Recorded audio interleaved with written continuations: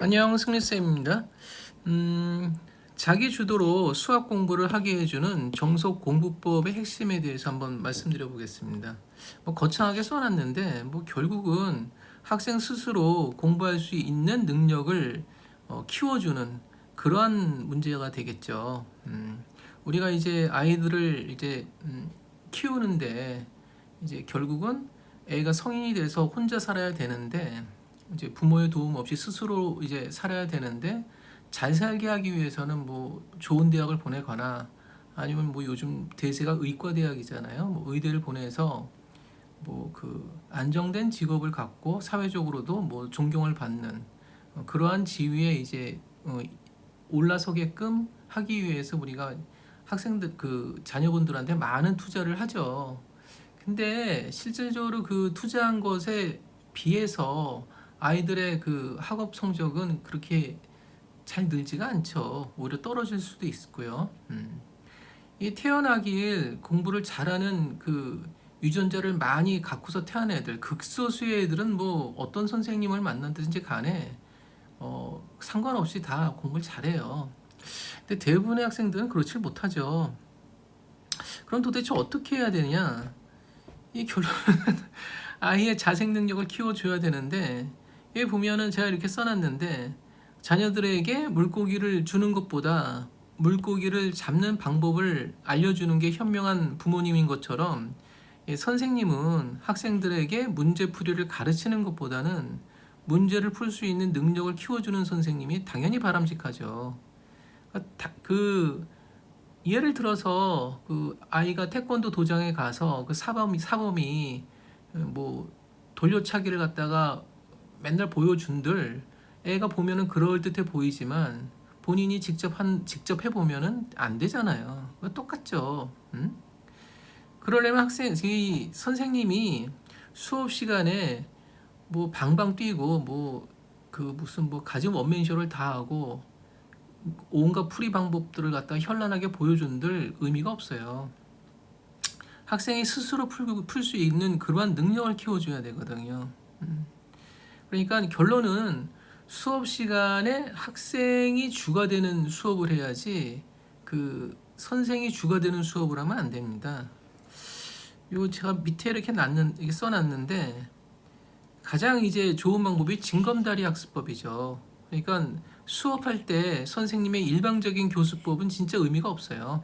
그러니까 어떻게 하면 학생들이 스스로 많이 풀게 하느냐, 그때 가장 학습 효과가 좋아요. 그러니까 선생이 문제에 대한 아웃라인을 잡아주고, 그 문제에 대해서 이 그 애가 풀 수 있게끔 이게 징검다리를 놔주는 거죠. 그러니까 학생이 모르는 문제가 있다면 문제를 처음부터 끝까지 풀어주는 건 의미가 없어요. 그러니까 문제를 어떻게 접근하는지, 그리고 스스로 풀 수 있게 해줘야 된다는 얘기죠. 그리고 선생은 중간중간에 힌트를 줘서 학생의 수학적 지능을 높여줘야 됩니다. 저는 요걸 갖다 징검다리 학습법이라고 했거든요. 그것보다 더 이제 그 전에는 아이의 그 텐션을 높여줘야죠. 아이의 텐션을 높여주는데 가장 좋은 방법은 아이한테 칭찬을 듬뿍 하는 겁니다. 애한테 칭찬을 듬뿍 했을 때 애들이 자존감이 높아지고 잘 쫓아오죠. 예를 들어서 10문제 풀었는데 세 문제 맞았다 그러면은, 와, 이거 세 문제라도 맞았네. 세 문제 맞았으니까 앞으로 더 잘 맞지 않을까? 이렇게 칭찬해 주는 게 낫겠죠. 그리고 이제 가장 이제 제가 지금 여태까지 이제 40년을 강의를 해 왔는데, 제 첫째제가 87학번입니다. 저의 첫째제가 87학번이에요. 근데 이제 내가 이렇게 많은 말을 했는데 도대체 애가 왜 못 알아듣지? 그러면은 학생도 스트레스를 받고 선생도 스트레스를 받아요. 그것보다는 어, 내가 애가 듣고 싶은 것 중에서 뭘 얘기를 못했지? 그렇게 접근하는 게 훨씬 좋습니다. 저도 요거를 나중에 이제 어, 베, 어, 어, 강사를 하다가 이제 베테랑이 된 이후에 깨달은 건데, 그러니까 학생이 도대체 뭘 듣고 싶어 하는데 그건 어떤 거를 내가 얘기를 못 해주냐? 그러면 아이도 스트레스를 받지 않고 선생도 스트레스를 받질 않아요. 그러니까 아이는 자존심 안 상하고 선생은 더 그 연구를 하게 된다는 얘기죠. 그러니까 학생한테 너는 이거 이 선생이 이렇게 얘기했는데 그렇게 아직도 모르겠어. 그게 아니라 어 예, 선생님이 네가 듣고 싶은 거를 다 얘기를 못한 것 같아. 그러니까 네가 정말 꼭 듣고 싶은 게 뭔지 선생님과 같이 한번 생각해 볼까? 그렇게 접근을 하면 서로가 피곤하지가 않아요. 자, 그리고 다시 올라가서 이 수학은 정의의 학문이죠. 그러니까 각 단원별로 그 철저한 정의가 잘 서야 됩니다. 요즘에 무슨 뭐 그 가장 대표적으로 이제 그 지금 잘 나가는 학원 중에 하나에서는 그 수학에 대한 정의를 정확하게 내려주질 않고 학생이 스스로 터득할 수 있게 이렇게 이렇게 독려를 하는데 그거 사실상 힘들어요. 수학은 정의의 학문인데 그 정의를 학생이 스스로 독학하는 건 거의 불가능합니다. 수학이 참 재밌긴 한데 심히 어렵죠. 근데 그 정의 각 단원마다 확실한 정의가 서야 되는데 그거 어떻게 학생 혼자 할 수 있겠어요? 안 됩니다, 그거는. 그래서 수학은 약속의 학문이고 이 표현을 수학적 기호로 나타내는 거잖아요. 그러니까 이게 학생 독학이 불가능해요. 응?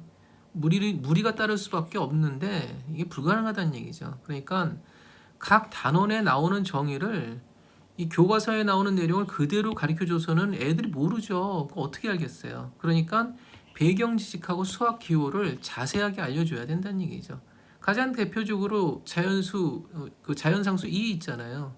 이게 왜 2인지, 그 다음에 2가 어떻게 해서 수학학자들이 오랫동안 연구를 해왔는지, 그거 배경 지식을 확실히 알려줘야 되거든요.